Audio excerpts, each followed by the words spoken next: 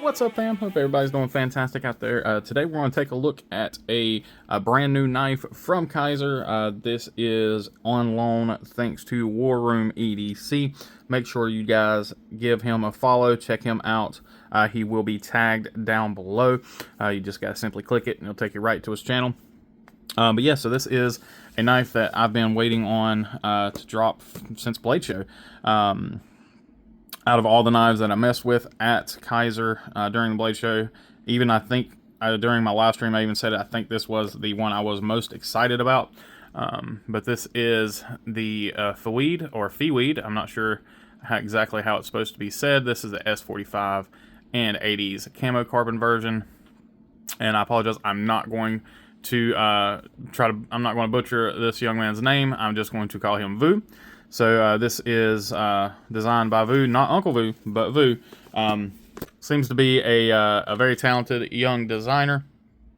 Yeah, let's go ahead and jump straight into the knife here. So again, this is one that I got to check out as a prototype at Bladeshow at the Kizer booth, and really kind of instantly fell in love with it. I love the design aesthetic on this thing. I love a good harpoon blade. I love the way that they've done the inlays here. It looks like they are removable. I believe this center section here unscrews from the back side of the clip, and then you can remove or change out these inserts. So hopefully, just like they've done with the Militol, that means they'll offer different variations that you can change out. Now they've got a ton of different options on this thing. I'm going to go through all the specs. I'm going to go through the options, tell you what's in stock currently as I'm filming this. Now, these things, as with most Kizer drops, these things sell out fast. So, I mean, I'm really only seeing this, I think, I'm filming this maybe a week after they released. And there's only one variant available. But anyway, you're looking at just under a 3-inch blade, a 2.98-inch blade, 7.07 overall. Only weighs 3.16 ounces, so a nice lightweight blade. This particular version, again, the S45 with the 80s camo carbon, is $189. The S45 runs at 60 to 61. Now they do have, again, 3 other variants. They have 2 variants at $179. There's a Z-Wear, satin Z-Wear with a gold camo carbon, and then there is a kind of a gray PVD S90V with gray handles and a toxic fat carbon. And then there is, for $169, there's an S35 VN PVD coated with a PVD coated frame and purple haze fat carbon. Now the purple haze version is still currently in stock on White Mountain knives and on Kizer. When I upload this video, if they are still in stock, I'll have both links down below. But, you know, of course, just check around. You know, Kizer sells a ton of these things to everywhere. They're pretty much sold at any knife retailer. So check all your links and see if they're still available anywhere. Yeah, let's go ahead and jump straight into this thing, and then we'll go over my thoughts and everything on it. So PVD coated titanium here. Again, you have that really nice 80s camo carbon. I am a really big fan of this 80s camo carbon. I don't know why I like it so much. I just really do. I love the pops of color. It photographs really well, and yeah, it's just really, really sweet. A really nice chamfering all around the knife. A little bit of milling work there. Love this blue back spacer. That's one thing that I really enjoy about this knife is the pops of color they put into it, other than just the carbon. Lanyard post, no lefty love here. No show side hardware. All your hardware comes through on the clip side. Really nice pocket clip. Performs really well. Goes in and out of the pocket really nicely because it is riding right on that carbon fiber, so there's nothing really to snag. Your locker bar reliefs are chamfered nicely, so they're not snagging on anything. And the fact that that is not a hard angle there really makes that easy. Again, in and out of the pocket, no real issues. Thumb studs, again, are very unusual thumb studs, but they work extremely well. Because of that chamfering there, you're able to get in on that thumb stud pretty much anywhere. But for the front flick, the regular thumb flick, it works really well just grabbing right there. You snag on that angle, works great. And the reverse flick, depending on how you reverse flick, you can either snag it right here and just flick there, or the meat of your finger can grab because of that you know, having that ledge built up there works really good. Jimping on the front flipper is fantastic. Stop pin is pretty good, and you can see your stop pin location there is far enough, is, you know, you're not going to have any issues with potentially hitting that ledge. Now the other great thing is, as well, the way this comes down and locks in, your stop pin is hitting back here on the back side of the blade.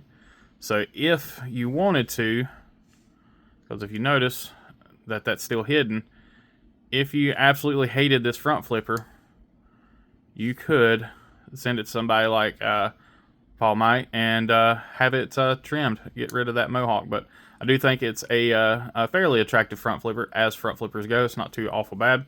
Let's go ahead and take a look at the blade. So this is the Kizer DLC. Stuff attracts fingerprints like crazy. But you can see the really nice satin underneath that DLC. So that's kind of one of the telltale signs that you're actually dealing with DLC, is the fact that you can see the blade underneath it. DLC is a transparent coating. So you can, again, see that really nice satin under there. I like the new Kizer branding where it's just the Kizer name there. Looks a little more classy. You know, I would prefer there to be nothing on a blade like this, but beggars cannot be choosers. This DLC always wigs out my camera, so I apologize for that. But again, see that those beautiful grind lines that are underneath this. I kind of wanted the satin version, so if I don't end up buying this specific version from Chris, then I may, you know, I may pick one of those up. But you can see how good those grind lines would look underneath there. And there's all your information. Now this is a Kizer XU winner, so that's what the KXU in the summer of 2024. There is his logo, and then the Feweed and S45. Now, one thing about this knife that if I had a nitpick, honestly, I didn't pay that much attention to it when I was looking at it at the booth, but the plunge grind on this thing is absolutely atrocious. It is really bad. So you can see that there, it actually goes far out onto the edge. Now, that being said, it does, like, the major part of it stops about right there. You can kind of see where it goes from a normal plunge grind and then it just kind of slowly slopes out. And, but yeah, that's pretty bad on the plunge grind. Granted, I mean, it's a cosmetic thing, so I'm really not worried about it. It's not going to affect how the knife performs. You still got, you know, sharpening choil. It's going to work well. It's just that after you sharpen this thing one time, you're going to have a smile on the blade. But again, that's purely aesthetic. Taking a look here at the sharpening itself from the factory, it looks to be okay. If I had to guess, I'm thinking we're probably going to see a little bit of a misalignment on the tip just by looking at that. But let's take a look at the other side here. Maybe not. We'll see here in just a second. Go ahead and take a look. Try to get it to focus in. No, it actually looks pretty doggone good from what I can see. Maybe it does go towards the clip side just a hair. Try to see that there.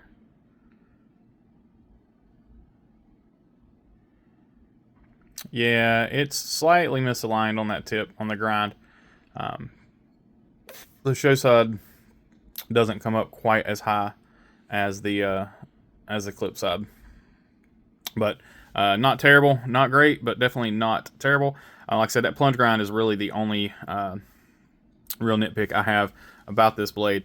Let's go ahead and let's see. Can we see down in here so you guys can see? Yeah, there you go. So there you can see the screw hole for that insert, and I think that opens up right here, and that allows you to pull that little piece right here out, which will allow you to change out your inlays or overlays, inserts, whatever you want to call them.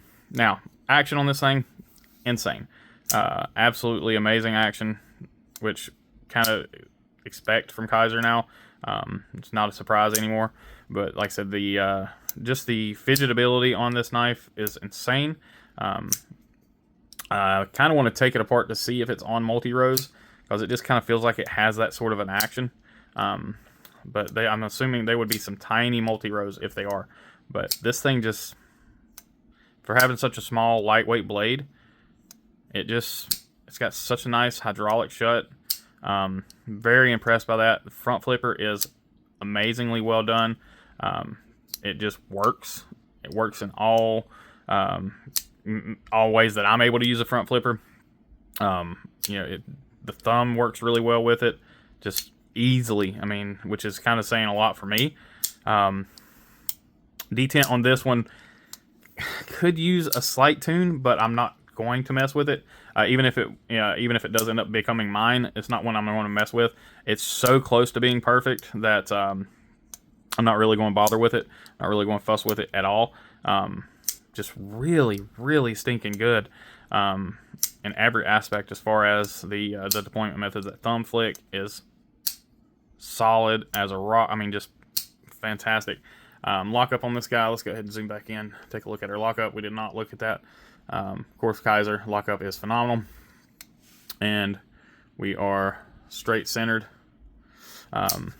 Again, like I said, I really, really, really enjoy this knife. It's very ergonomic. You do have that harpoon there to kind of give you a little bit of a thumb ramp. If you come back a little bit, you have impressively functional jimping for Kizer. I guess if it's a front flipper, they're able to put a lot of jimping. They're able to put great jimping on a front flipper. Rear flippers, on the other hand, still got to work on that. But jimping on this thing is phenomenal. No hot spots or anything to speak of. It's a smaller knife. That is one of the biggest reasons why War Room is considering letting it go. It's a little on the small side for him. So again, you're talking about a 7-inch knife. Typically, I think for him, I think it needs to be in that 7.5 range, or a little bit more than a 7-inch knife. But this one is, like I said, it is definitely on that small side. So I just barely get my pinky on there. I do have medium to large hands, depending on the glove and whatnot. But you do have a bit of a choke up spot here. I personally wouldn't use it. It's not comfortable. You can grab it up in there and just kind of slide up on the knife if you need to really put some more power behind the cut. But for me, for my hand, number one, I do not like being that close to the edge, and not having a little bit larger choil. But it's just not comfortable for my particular hand. There's no hot spot or anything from it. It's just the actual positioning is not comfortable for me. Gorgeous blade, really interesting design. I think it's just different enough to garner a lot of attention. And like I said, I like how they're doing the replaceable inlays, which or inserts, which really bodes for a little bit of customization. And then even the thumb studs are easily removable. Very smart choice there. I'm sure they'll probably offer thumb studs in the future as well, just because it's something that should be easy enough. I don't see why they wouldn't offer it. Pocket clip goes in and out of my shorts very easily. Basketball shorts, doesn't snag or anything like that, which is saying a lot. Basketball shorts are kind of notorious for causing snags when you're trying to get a knife in and out of your pocket. Yeah, it's such a good knife. I really do enjoy it. Like I said, I think this is probably one of their better releases in a little bit of time. Now, I haven't got a chance to see any of the other new releases from Kizer, but I did get to mess with the ones that they had at Bladeshow. But they didn't. I don't think they had the Mini Momo, and I know they didn't have the Mini Mystic up there yet, or at least I didn't see it. They're definitely ones that I am excited to see. Not a huge clutch lock fan, but the Mini Mystic is the Mystic in general is a great design, and Munko is a legend. So that one, again, I do want to check out. I'll have one from the pass round eventually, and then the Mini Momo as well will be showing up sometime soon.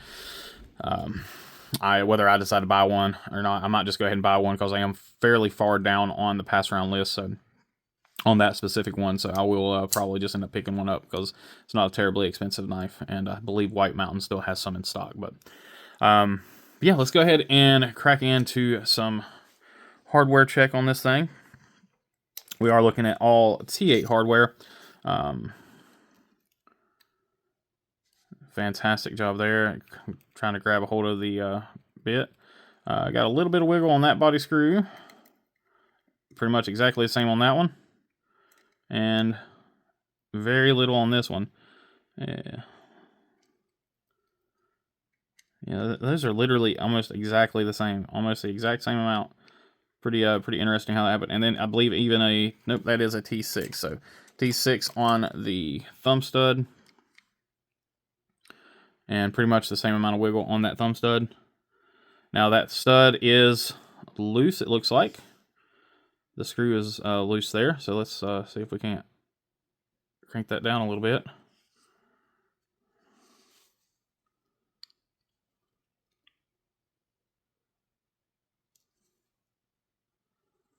Okay. But yeah. Yeah, I don't know. There's a whole lot else to really talk about on this thing. Yeah, edge quality is fantastic. I mean, it's a Kizer. They're going to be crazy sharp right out of the box, so no issues there. It definitely feels like a fairly tacky edge. I'll grab a piece of paper here real quick and just give you guys a demonstration. So, not that it yeah, it doesn't show a whole lot, but you guys can see that it very easily push cuts paper, which any new knife should definitely be able to do that. Yeah, fantastic job, Kizer. Great design from Vu, and yeah, just fantastic job all the way around. Anyway, guys, I appreciate each and every one of you. As always, please remember to be kind, be humble, and be EDC. Y'all take care.